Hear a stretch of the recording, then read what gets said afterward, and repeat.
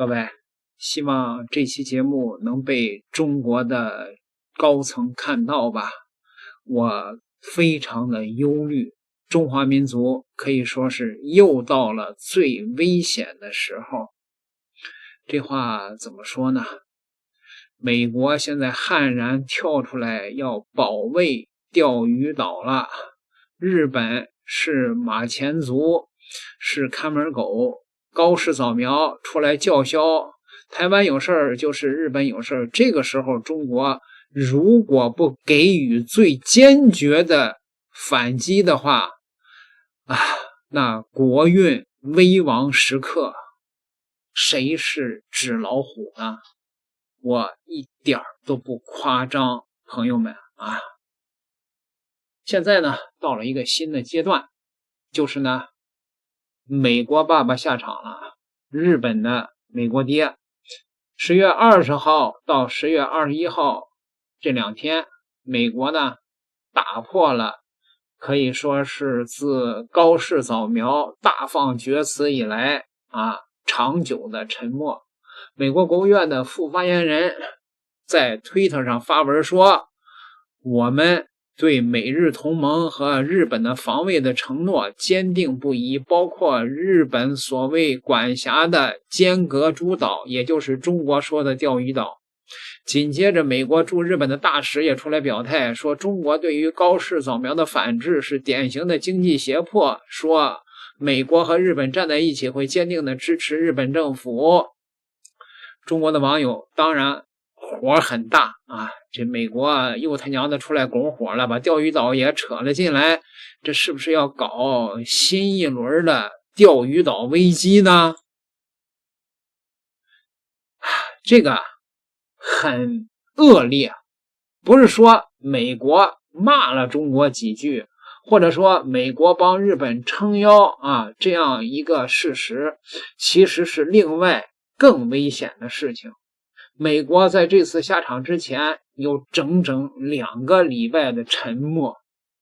其實是真正的告訴了中國美國是怎麼評估中國的。讓我們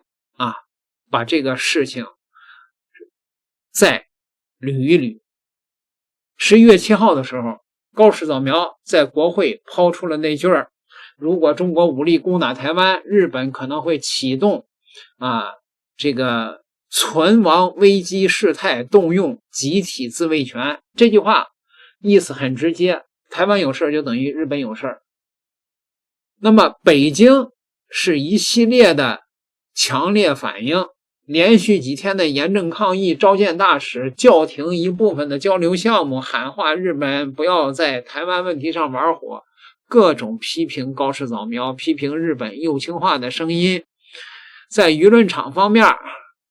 東海這一邊，中國海警在釣魚島周邊活動呢明顯加密了，形成了一種常態化的巡邏。你注意到整個過程中11月7號到11月20日，美國基本上是沉默的。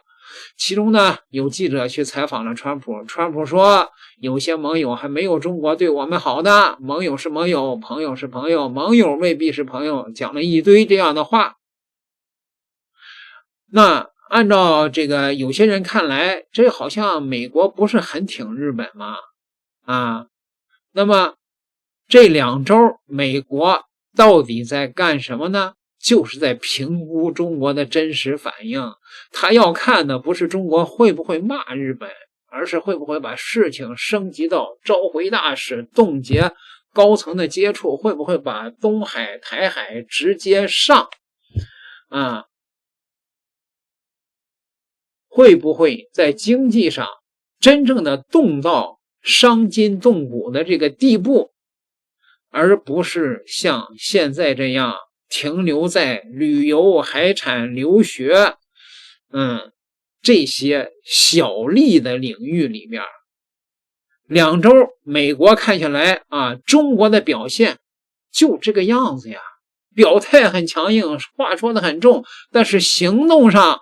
整體還是可控的，有限度的反制，外交没有走到斷交的邊緣，軍事沒有進入準戰爭狀態經貿上的多數措施還是可以再恢復的，对吧？本身水產和牛肉就沒有什麼，這個以前也沒有多大的生意，對吧？那麼對於美國來說，他觀察了中國這2周的結論，就一句話，中國大概也就只能搞到這個程度了吧。於是美國在10月21號突然就跳出來了，點名尖閣諸島，他用的詞兒不是釣魚島啊，把台灣海峽、東海、南海打包到同一句話裡邊，把中國的反制定義為經濟脅迫，順便給日本貼一個受害者的標籤。這應該不是美國忽然上頭了吧？前2個禮拜在家睡覺，現在一想，我那個小狗被欺負了，我要站出來呀，对吧？美國肯定也有戰略家，他首先要看清你的上限，再決定怎麼個下場拱到什麼程度的火，強度最安全。所以美國呢，謀定而後動。现在的問題就是，如果美國已經下場了，中國還要繼續軟嗎？那如果要繼續軟下去，後果是什麼呀？現在美國已經公開下場了，把釣魚島寫進了對日本的防衛承諾。如果中國還延續現在這種有限的、可控的、小幅的反制，那就不是求穩了。說實在的，不好聽的，那就是軟弱無能。軟到最後，不只是釣魚島，就連台海、南海的話語權也會被美國、日本一點點的給你蚕食掉。咱們平心靜氣的來分析在美國人的眼中，如果經過這一次的評估，完全可以把中國定義為敢怒不敢言的一個溫順的大象。美國已經進行了一次完整的壓力測試，由高市早苗發起，先讓日本發狠話，再看看中國能夠反應到什麼程度。那中國不是大國嗎？不是对美國挺强硬嗎？所以要看一看中国在亞洲地區，对於亞洲地區出現的那些問題，它能強硬到什麼程度？它在整個東亞對自己的定位是什麼？對於日本牌、台灣牌、所謂的釣魚島牌、菲律賓牌，它能強硬到什麼程度？現在基本上人家都試了一遍了，從南海到東海，到台灣，到釣魚島，所有的你的底線都被美國給看了一遍。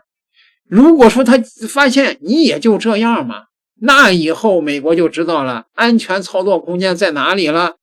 那麼接下來中國的動作呢，始終停留在多幾條海警船繞圈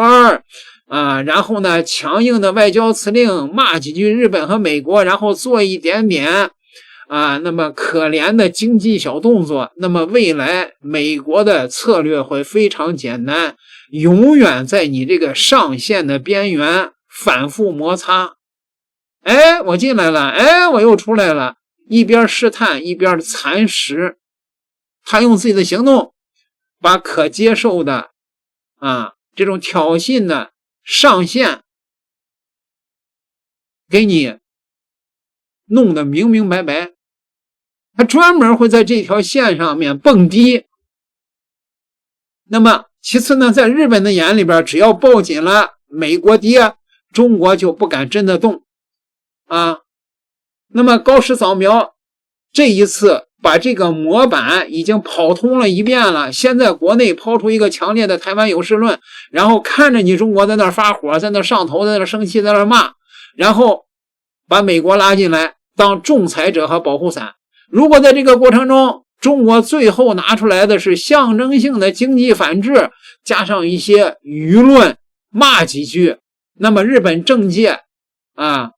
他們也就明白了，太簡單了，對付中國。以後只要是有事兒，先把美國爸爸喊來，中國就會自動的自我克制，這會直接鼓勵日本未來更頻繁的打台灣牌、打釣魚島牌，還有一些什麼菲律賓牌、南海牌，反正每次打出來啊，就先叫一聲美國爸爸，喊他來站隊，那就看你中国自己在那兒又火冒三丈，跳脚的在那兒糾結罵，又來巡航，是吧？那你最後你還是不敢撕破臉啊，对吧？所以说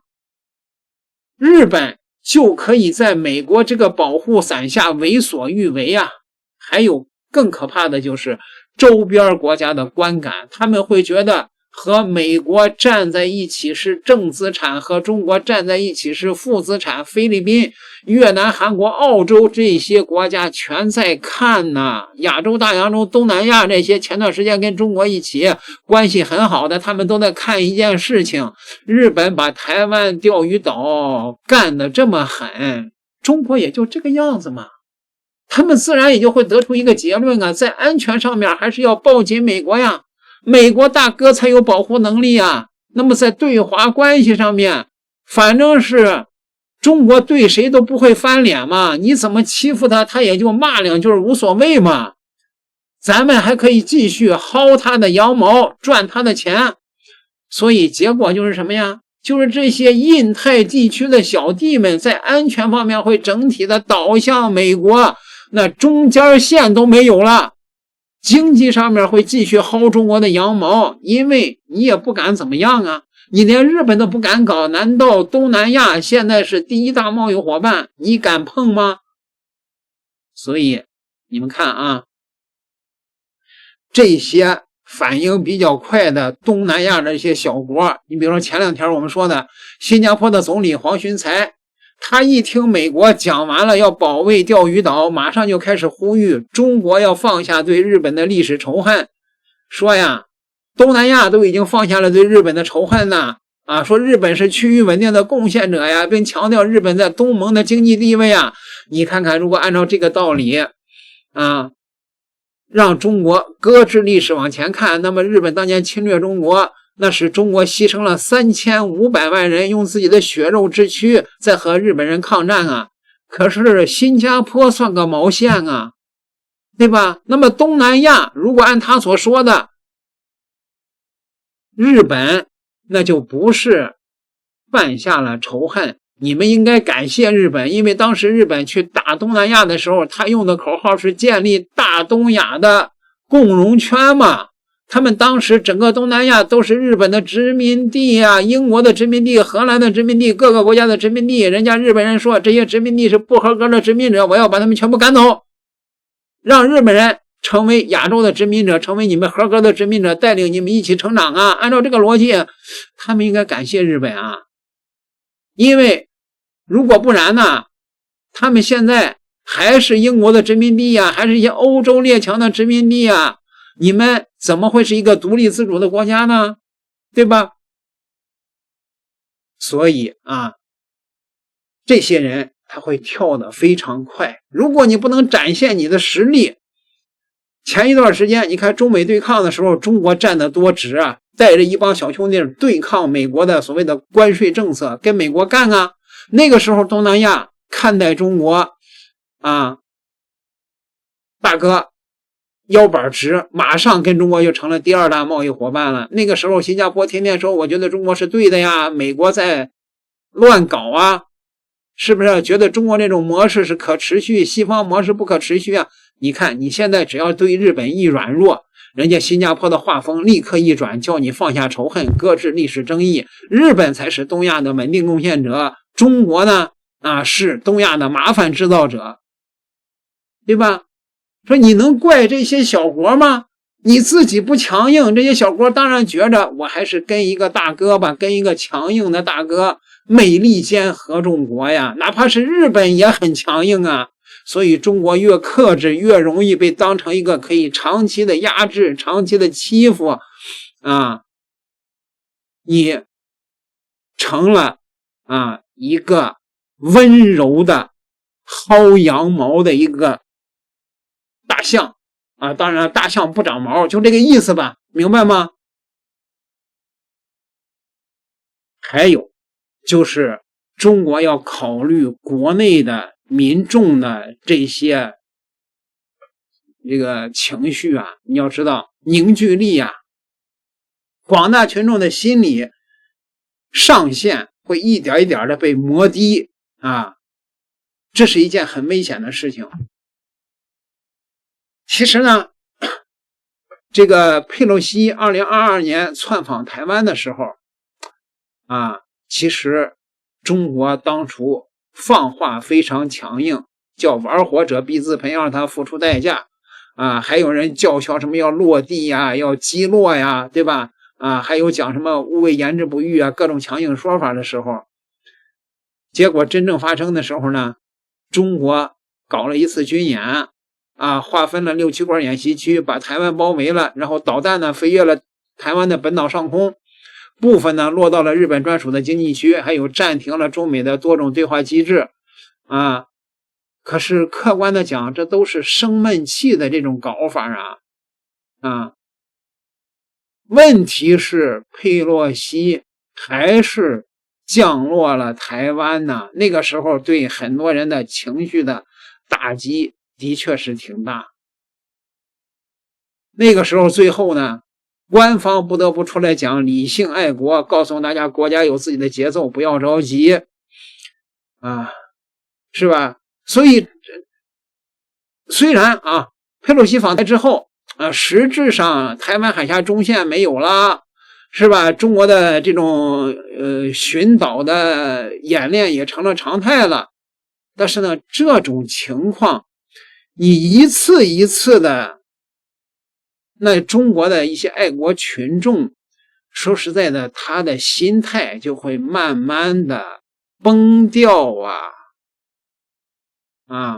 2022年的時候佩洛西是這樣，2025年釣魚島被寫進了美日安保條約，那麼這一次還是這樣的話，這就是愛國的心理上限被下調的這麼一個過程。一次兩次大家可以理解成戰略克制，3次5次社會的潛意識就會變成原来面對美國和日本這樣的強國呀，公開下場的時候，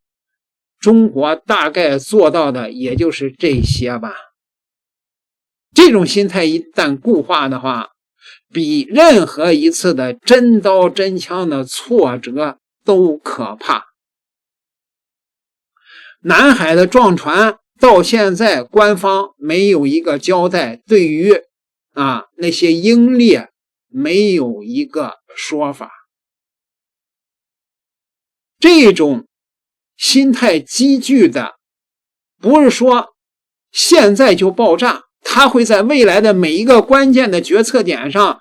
悄悄地影響民眾對於成本和風險的估計，也會影響普通人對於國家到底有沒有膽量的這個直覺的判斷。往遠了說，歷史上有一個對比，1938年的慕尼黑協定，當時的歐洲希特勒一路向前，退出了這個國聯，公開重整軍備，進軍萊茵，吞併奧地利，接着盯上了捷克斯洛伐克的蘇台德地區。面對這些挑釁，英國和法國的當時的主旋律是什麼呀？绥靖退一步，退一步，再退一步，嘴上一直骂，希望用讓步換來时代的和平和經濟的繁榮發展。1938年的慕尼黑會議上，英法最後同意把蘇台德地區割讓給德國。英國首相張伯倫回國的時候，還在機場向民眾揮舞協定，說我們帶來了时代的和平。結果不到1年的時間，希特勒直接吞併了整個捷克斯洛伐克。1939年9月入侵波蘭，第二次世界大戰全面爆發。丘吉爾後來對張伯倫的那句評語那句名言你本可以在戰爭與屈辱之間做出選擇，你選擇了屈辱，但最後你既得到了屈辱，也得到了戰爭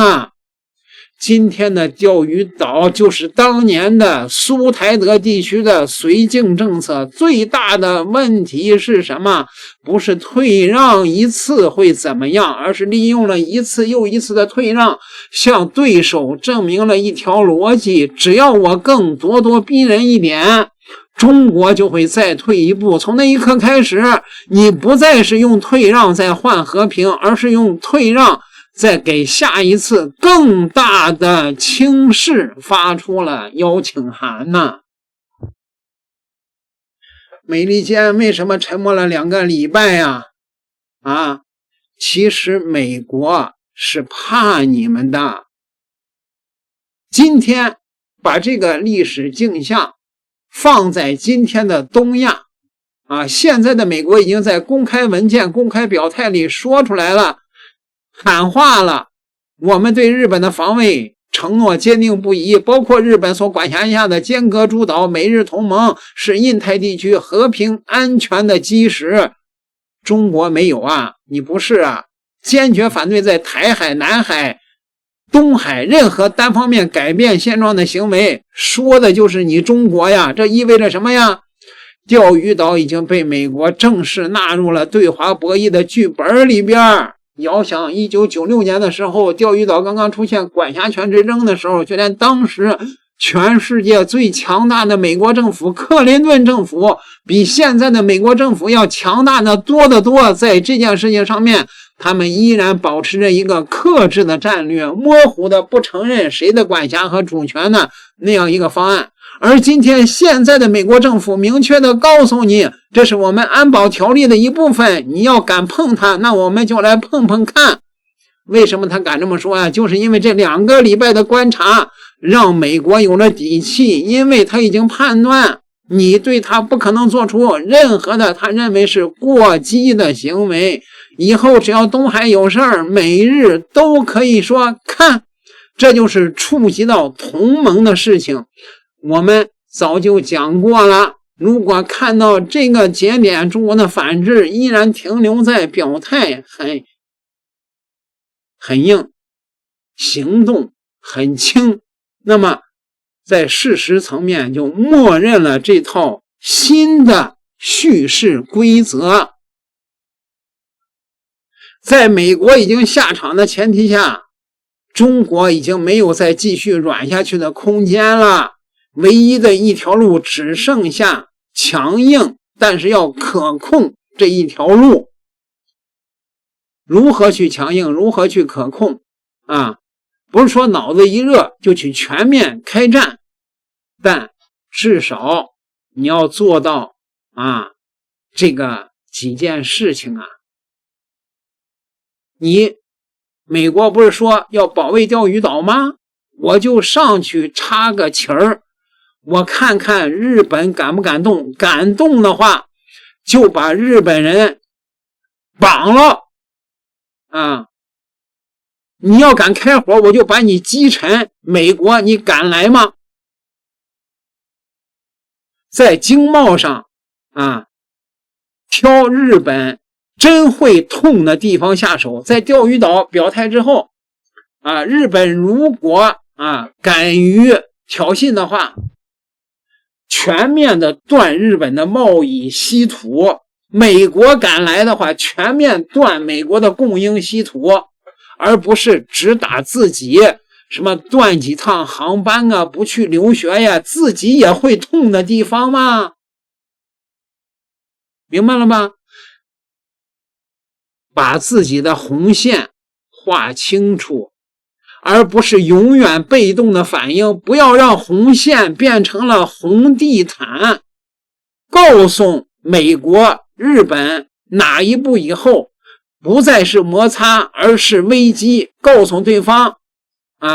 你每往前邁一步就需要在自己的国內選民、自己的盟友面前去解釋你們付出的代價，变成每一步他們要重新算賬日本這些小國才會從肆無忌憚的試探挑逗中國變成心裡打鼓，謹慎的算計踩線。明白了吧？一个大国之所以成为大国，就要证明你已经够强了。一次一次的用軟弱的方式表達自己，那不是大國的所為。在這個時間節點上，就要真正的亮劍，把真正的底線亮給他看。如果這一次中國繼續軟下去的話，那失去的可能不僅僅是釣魚島這樣一塊在東海上面的礁石，而是中國在整個東亞的地位和整個東亞的戰略空間。美國不能讓他嘗到甜頭，明白嗎？所以雖然美國這個跟中國說的很好聽，對吧？咱們倆經濟這個不幹了，咱們休戰1年，然後呢，咱們是 G2 共同這個瓜分世界。可是呢，釣魚島這個事情就證明了美國從來對中國就沒有停歇過的這種敵對的行為，對吧？當然那個美國也可以說，那我們只不過是一個所謂的美國的副發言人，他自己的這種行為跟美國政府的表態無關，那也得等你中國明確的做出了實質性的強制反應，插旗了釣魚島然後呢，把日本的那個所謂的保安廳的人抓起來幾個，甚至擊沉了他們的一艘海警船以後，美國才會有這個表態呀。你不幹的話，那就美國保衛釣魚島就成了事實了，朋友們，你們同意嗎？這麼說吧，這個戴旭將軍曾經他說過，說中國人現在的戰略思維有着嚴重的哲學缺陷。戰略強調的是整體性的全局性和前瞻性，可是呢，長期的思想壓抑、教育體系的呆板以及近代以來外部文化的衝擊等等綜合作用的結果，使得中國人的戰略思維能力嚴重的萎縮，政治混亂，對古代傳統沒有辦法照貓畫虎，那麼對外部的文明又邯鄲學步，東施效顰，結果是把一個社會整體切分成不同的政治、經濟、軍事和社會領域，孤立的靜態的去理解相互之間的關係。你比如說吧，有一些說法就認為加強軍事就會拖經濟發展的後腿兒，認為搞好了經濟一切就可以萬事大吉，有的甚至認為經濟就是衣食住行，把衣食住行這個問題搞好了，中國這個國家就強大了，錢多了國家就會強大。那麼在這種分裂的局部呢，片面的一個思維戰略思維的狀態下得出的國家戰略意識也必然是分裂的、支離破碎的。看到的世界景象那永遠都是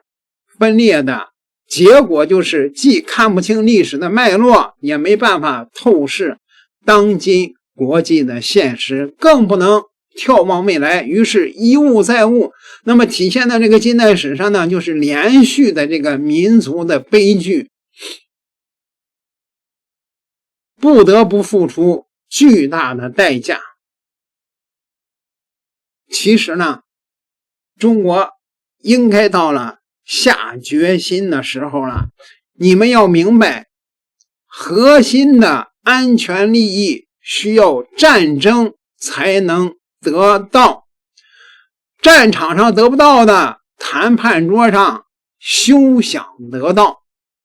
面對日本，面对两岸統一，面对南海乃至未來的中印邊境問題，同樣的邏輯，不要前怕狼後怕虎啊！還有人說台海一戰讓中國的經濟倒退40年啊，那你們看看俄羅斯面對着美國及盟友40多個國家全面的經濟制裁，甚至是冻結沒收它全部的海外的資產，俄羅斯的經濟倒退了40年了嗎？啊，說實在的，美國和西方現在已經沒有能力阻撓中國解決釣魚島問題，解決日本，解決台灣了。他們現在主要是靠着恐嚇。你們看看俄烏戰爭，他們真的敢進場參戰嗎？即便是在歐洲的大陸上啊，即便是那個比中國還要差了幾十倍的俄羅斯，他們也不敢進場參戰啊！如果中國收拾日本、收拾菲律賓、統一台灣，美國和北約敢進場參戰嗎？近在咫尺的歐洲，他們都不敢，遠隔萬里重洋，踏進中國的西太地區，他們敢來嗎？他們唯一剩下的只是恐嚇了。如果中國被嚇住了，那中國的國運那可就真的完了呀！希望这一期中国高層能夠看到吧。點個訂閱，咱們下期再聊。